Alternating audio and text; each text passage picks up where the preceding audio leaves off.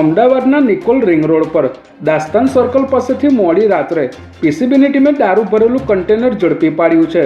પીસીબીના PI JP જાડેજાની ટીમને બાતમી મળી હતી કે દાસ્તાન સર્કલ પાસેથી દારૂ ભરેલું કન્ટેનર નીકળવાનું છે, જેના આધારે પીસીબીની ટીમે અહીં વોચ ગોઠવી બાતમીવાળા કન્ટેનરને રોકાવીને તપાસ કરતા તેમાંથી વિદેશી દારૂની 22,668 બોટલ મળી આવી હતી, જેની બજાર કિંમત 1.19 કરોડ જેટલી થાય છે। ત્યારે પોલીસે ટ્રક ડ્રાઈવર હનુમાનરામ ચૌધરીની ધરપકડ કરી દારૂ સહિત કુલ 1.34 કરોડનો મુદ્દામાલ કબજે કર્યો છે।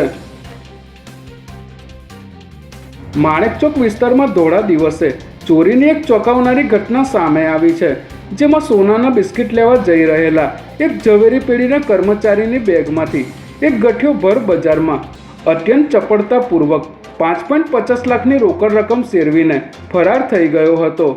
ગઈકાલે બપોરે પેઢીના માલિકે અજયસિંહને સોનાના 400 ગ્રામ બિસ્કિટ ખરીદવા માટે 45 લાખની રોકડ ભરેલી બેગ આપીને નજીકમાં આવેલી બુલિયન ઓફિસે મોકલ્યા હતા। ત્યારે આરોપીએ ચોરીની ઘટનાને અંજામ આપ્યો હતો।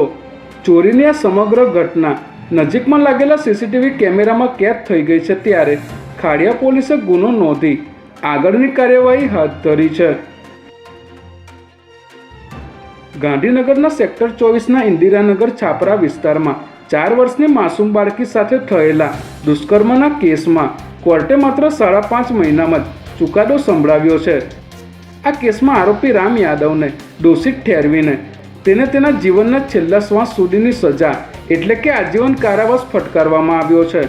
આ ઉપરાંત કોર્ટે ભોગ બનનાર બાળકીને 10 લાખ રૂપિયાનું વળતર ચૂકવવાનો પણ આદેશ કર્યો છે। આરોપી જેલમાં મર્યા પછી જ લાશ પરિવારને સોંપવા પણ હુકમ કરવામાં આવ્યો છે।